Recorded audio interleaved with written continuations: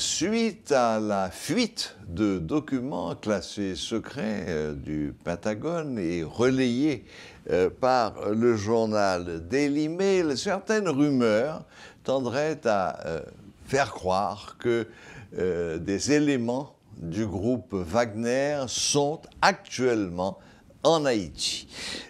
Pour en parler, nous avons avec nous présent sur le plateau de Metro News le colonel Himmler Rébu. Bonsoir mon colonel. Bonsoir Serge et bonsoir à tout le monde. Bon, alors, cette rumeur, vous y croyez ou pas? De la présence, je veux dire. Bon, je suis obligé d'avoir un certain recul. C'est une information qui vient de tomber et qui est, à mon sens, d'une extrême gravité. Car il ne faut pas perdre de vue que les Américains sont de mauvais maris. Ils sont de mauvais maris, mais n'empêche qu'ils soient des maris très jaloux aussi. Donc, ce n'est pas une plaisanterie, c'est une chose très sérieuse. Et il serait conseillé que dans le cas de figure, que le gouvernement haïtien sorte de sa stratégie générale, du silence que certains peuvent prendre pour un silence suspicieux, car c'est rentrer directement dans un conflit de nature géopolitique entre les grands de la terre et tout petit que nous sommes avec les tribulations que nous traînons. Donc je crois qu'un éclaircissement est indispensable. Tout à fait. Je n'ai aucun élément me permettant de dire oui, il y aurait sur le terrain de ces agents-là. Je n'ai aucun élément non plus me permettre d'affirmer le contraire. Sauf que je sais quand même, quoique les circonstances nous empêchent d'avoir confiance forcément dans ce que disent ceux-là qui nous dirigent aujourd'hui, je crois, moi, que je devrais me contenter d'une prise de position publique sur un sujet aussi important et aussi dangereux. Il était précisé aussi dans cet article du Daily Mail que l'offre de service provenait de Wagner. Ce n'est pas le gouvernement haïtien qui aurait sollicité l'aide de Wagner, mais c'est comme ils l'ont fait dans une demi-douzaine de pays africains qu'ils sont en train d'ailleurs de sucer jusqu'à la moelle. Ce qui serait totalement compréhensible dans le cas et la situation que nous vivons en Haïti. J'ai bien dit compréhensible. C'est pas parce que quelque chose, on peut le comprendre, et que la nécessité d'une solution aux souffrances qui sont imposées à la population se fait sentir, qu'on doive donner tête baissée dans la première offre qui nous est faite. Et je l'ai dit tantôt, les Américains sont de mauvais maris, mais ils sont des maris violemment jaloux. Donc, il y a des traces dans l'histoire présente qui nous feraient nous rappeler qu'en matière de menaces, ce qui serait une menace pour la sécurité nationale des États-Unis, ce n'est pas un facteur qu'on ne doit jamais prendre à la plaisanterie ou à la légère. Donc c'est ça mon conseil. Mais bon, est-il vraiment envisageable que des troupes qu'on reconnaîtrait tout de suite, les éléments du groupe Wagner sont facilement reconnaissables, ce sont des Blancs, pour commencer. Est-il vraiment envisageable que des troupes soient ici sur le terrain sans que le télédiol, j'ai des doutes, ne serait-ce que le télédiol ne nous en informe? J'ai des doutes. Cependant, comme c'était le cas quand des agences de presse américaines avaient rendu public des informations liant, suivant ce qu'ils avaient pris la responsabilité de dire, le docteur Ariel Henry à ce qui s'est passé dans la nuit du 6 au 7 juillet à la résidence du président de la République. L'assassinat du président Jovenel Moïse, oui. Et j'ai été étonné par la suite, et c'est à partir de là que je me suis positionné dans le questionnement au docteur Ariel Henry. C'était d'une telle gravité que ces agences-là ne pourraient pas se permettre de lancer publiquement une telle diffamation et que cela reste sans conséquence. Bien sûr. On est aujourd'hui face à des prises de position publiques d'une agence de presse américaine et qui met en question directement le Pentagone.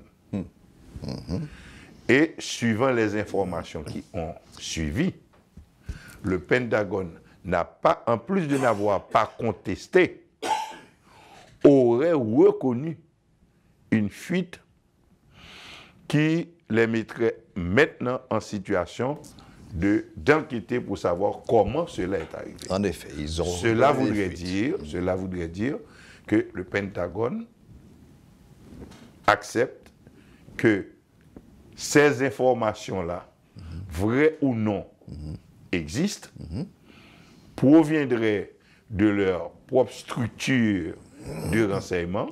Exactement. Et qu'un accident aurait mis l'affaire au grand jour. Ils n'ont pas nié. Ils n'ont pas nié, en effet, ils ont même reconnu qu'il y avait eu des fuites.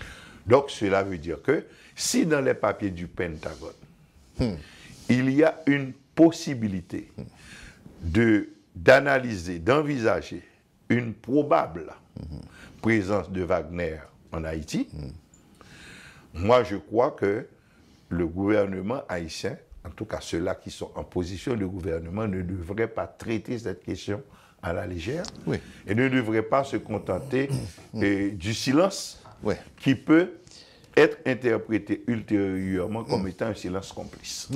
Non, c'est trop sérieux. Absolument. Parce que c'est quelque chose qui mettrait directement en jeu à la fois le prestige, je ne dis pas la sécurité des États-Unis, mais quand même, ce ne sont pas des amis des États-Unis qui seraient à leur porte et en Haïti. Et on ne vient pas jouer dans l'arrière-cour des Américains sans conséquence. Bon, maintenant, précisément, essayons d'envisager les conséquences. Quelles pourraient être, au cas où cette nouvelle serait confirmée, qu'il y aurait en effet une présence de Wagner sur place, quelle pourrait être, selon vous, la réaction des États-Unis? Est-ce que cette éventualité serait en mesure de pousser les États-Unis à en faire un peu plus pour la police nationale, par exemple? N'oubliez pas que j'ai dit tout à l'heure, Serge, que les États-Unis sont un mauvais mari. Et extrêmement jaloux. Mais extrêmement jaloux. Oui. Un mari qui est d'abord mauvais, qui ne prend pas bien soin de sa femme, de son foyer, et qui en plus est jaloux, donne toujours et forcément dans la bêtise, dans la réaction violente. Je me souviens que le président Jovenel Moïse avait pris l'initiative d'une certaine sortie vers la Turquie, qui le rapprochait ensuite de la Russie. Et il était même allé à recevoir l'accréditation d'un ambassadeur russe en Haïti. Ça n'a pas pris longtemps après pour qu'on arrive aux événements malheureux qu'on a connus. Je ne porte pas d'accusation, mais je vais constater dans une analyse comparative, et c'est là que j'ai sorti l'image du mauvais mari, mais qui est extrêmement jaloux, qui réagit toujours violemment, par la bêtise bien sûr, mais c'est le mode opératoire, c'est le mode de réaction.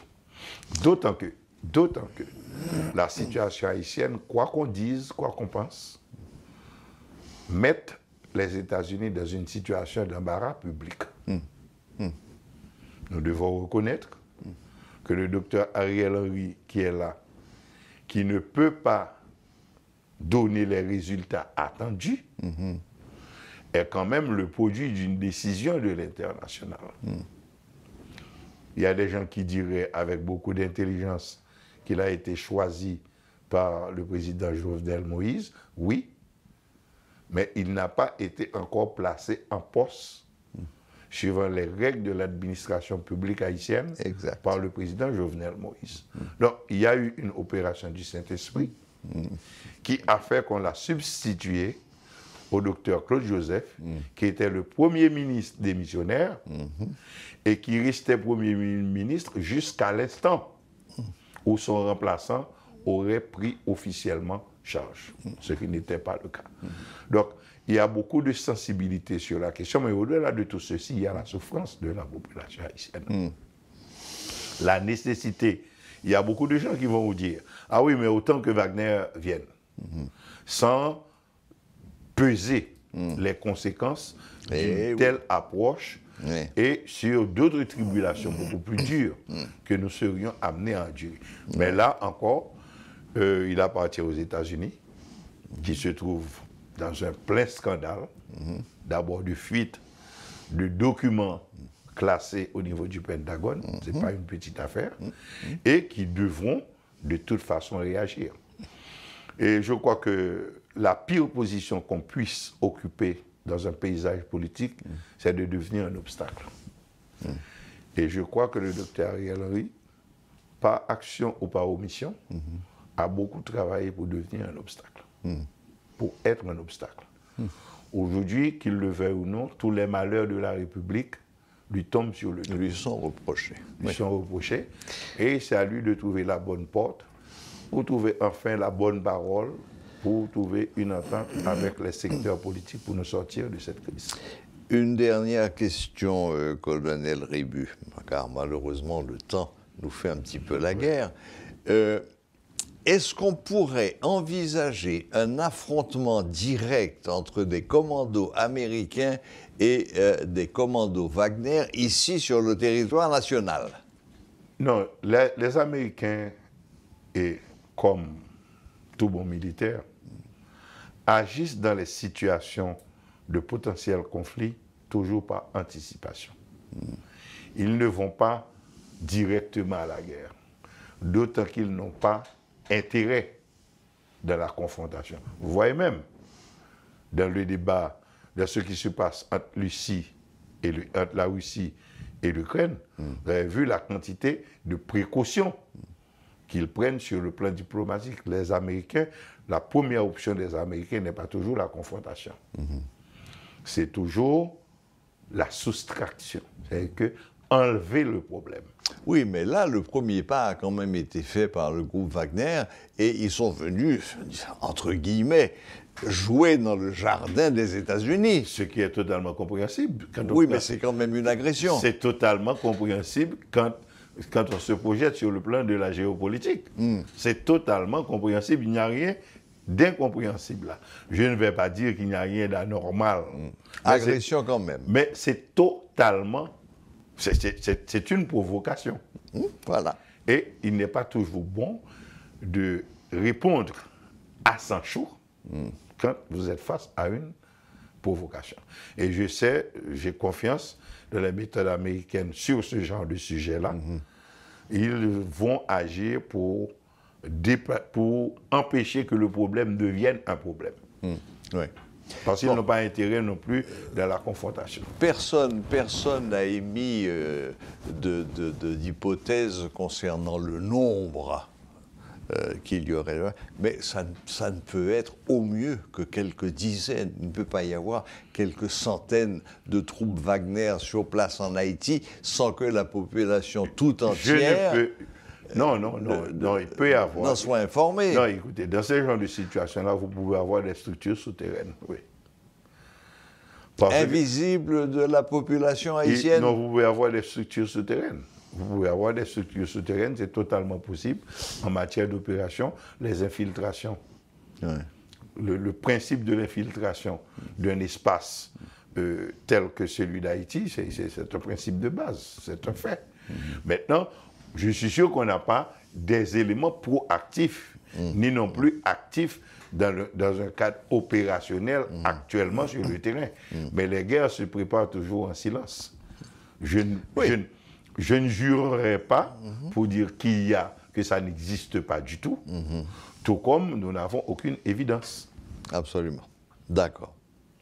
Bon, eh bien, finalement, le mystère reste entier, hein, disons. Bon, il n'y a aucune certitude, ni d'un côté, ni de l'autre. Tout ce qu'on sait, c'est que si c'est vrai, c'est un pas extrêmement risqué et qui risque de fâcher le grand frère américain. Qui ne peut pas ne pas fâcher le grand frère américain. C'est une provocation. C'est une provocation. C'est une provocation. C'est une provocation hautement politique. Voilà, oui. Hautement politique, qui ne peut rester sans réaction, ça c'est sûr. Absolument. Donc, moi je crois que du côté de ceux-là qui nous dirigent, une prise de position, ils ne peuvent pas faire celui qui n'a pas vu, n'a pas entendu, etc. Ils ne peuvent pas faire le mort. Oui, il faut qu'il y ait une prise de position absolument. publique, Une déclaration publique. à moins que ce soit une décision du gouvernement haïtien, à eux d'apprécier le risque, tant sur le plan personnel que sur le plan national. Oui, oui, non, dans un cas comme celui-là, le silence serait la pire des réponses. La preuve d'une complicité. Exactement. Et les conséquences seraient vraiment sur le plan individuel et personnel catastrophiques. Et je reprends l'image du mauvais mari, mais qui est foncièrement jaloux. Merci infiniment, colonel Rému, d'être venu jusqu'à nous pour nous donner votre opinion d'expert sur cette question. En conclusion, on en est encore à des supputations, aucune preuve n'existe, ni d'un côté ni de l'autre. Mais des fuites acceptées par le Pentagone sont un élément important qu'il faut prendre en compte. Sont un élément fondamental, absolument. Merci infiniment, bonne fin de journée et à très bientôt. Ça a été un plaisir.